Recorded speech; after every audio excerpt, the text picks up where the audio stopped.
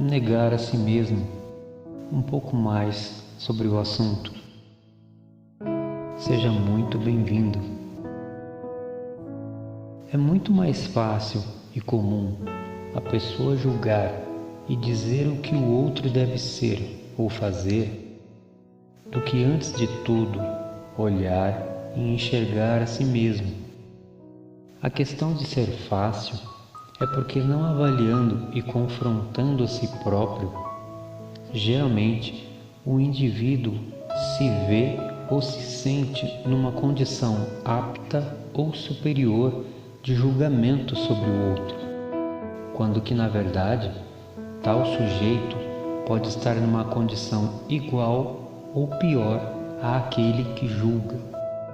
É importante ressaltar que não se trata de não poder expor uma visão ou entendimento que alguém tenha sobre o outro, mas de fato toda a diferença está em como é manifesta a crítica ou o ponto de vista, pois para quem não enxerga a si mesmo, arbitrariamente julga, aponta o dedo ou condena, baseado nas suas próprias ideias ou convicções.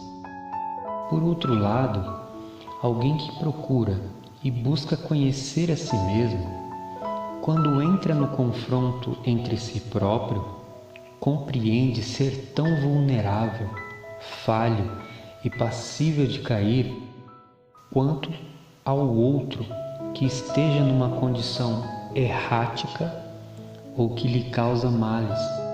Consequentemente, o discurso tem o tom de sugestão, conselho e reflexão, nunca um discurso condenatório ou arbitrário. Em Manial 7, 1 e 2 está escrito: não julgueis, para que não sejais julgados, porque com o juízo com que julgais, sereis julgados, e com a medida com que medis, vos medirão a vós. E novamente, todo aquele que não enxerga a si mesmo no espelho da vida é como um valente, um fariseu, pronto para julgar ao outro pela própria lei que considera ser verdadeira e real.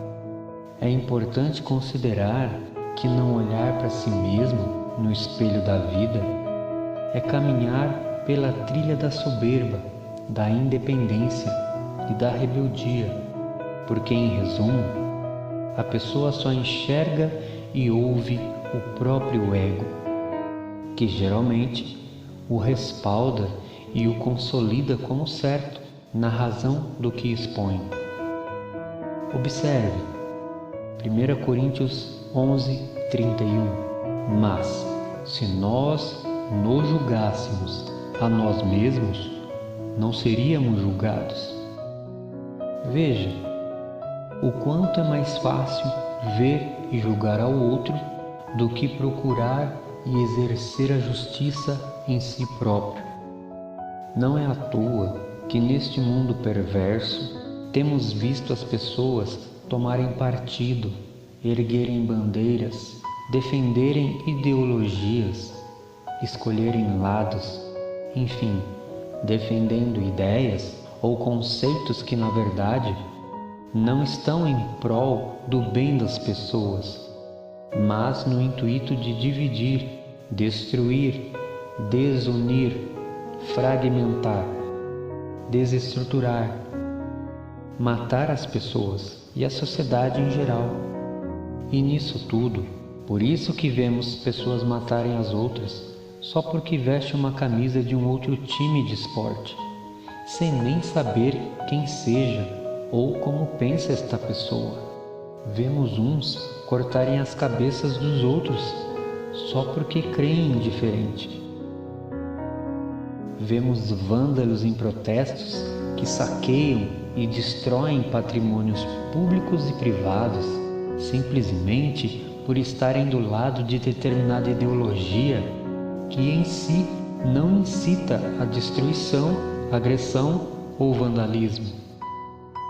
Vemos as pessoas considerarem homens, sacerdotes, como santos, imaculados, não percebendo que no máximo são pessoas comuns, igualmente aos outros homens, quando que em muito, vários deles são muito mais perversos e sujos do que os que eles mesmos julgam estarem sujos.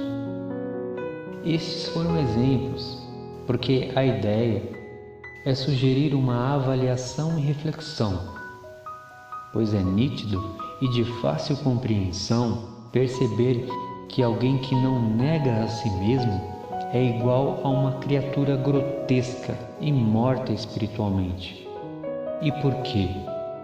Pessoas que não renunciaram a si mesmas têm por características serem arbitrárias, como animais selvagens, robóticas, volúveis, inconstantes, consideram-se juízes, são partidárias, são inflamadas por ideologias, são ignorantes quanto ao valor de uma vida, de uma alma. Enfim, são mortos-vivos, porque expressam através de suas ações e conduta as obras da carne. Por fim, quem realmente está interessado no confronto da negação de si mesmo, começa a entender que além de trilhar o caminho do novo nascimento, requerendo a morte do velho homem, entende que o trato para com o seu próximo é com humildade, respeito, integridade, de maneira sugestiva e no conselho, sempre preservando a individualidade e a vida do outro. A minha sugestão é que todos reflitam sobre a suma importância do arrependimento, da negação de si mesmo, para encontrar o caminho da vida. Entendo que o caminho da vida é Yahushua, e esta busca também é uma sugestão, porque está escrito em Al-Rohana 6, do 43 ao 47. Respondeu-lhes Yahushua: não murmureis entre vós. Ninguém pode vir a mim se o Pai que me enviou não o trouxer, e eu o ressuscitarei no último dia. Está escrito nos profetas: e serão todos ensinados por Yahweh. Portanto, todo aquele que do Pai ouviu e aprendeu, vem a mim. Não que alguém tenha visto o Pai, senão aquele que é vindo de Yahweh. Só ele tem visto o Pai. Em verdade vos digo, aquele que crê tem a vida eterna. Portanto, não é a minha vontade ou querer, mas a vontade de Yahweh. Até breve.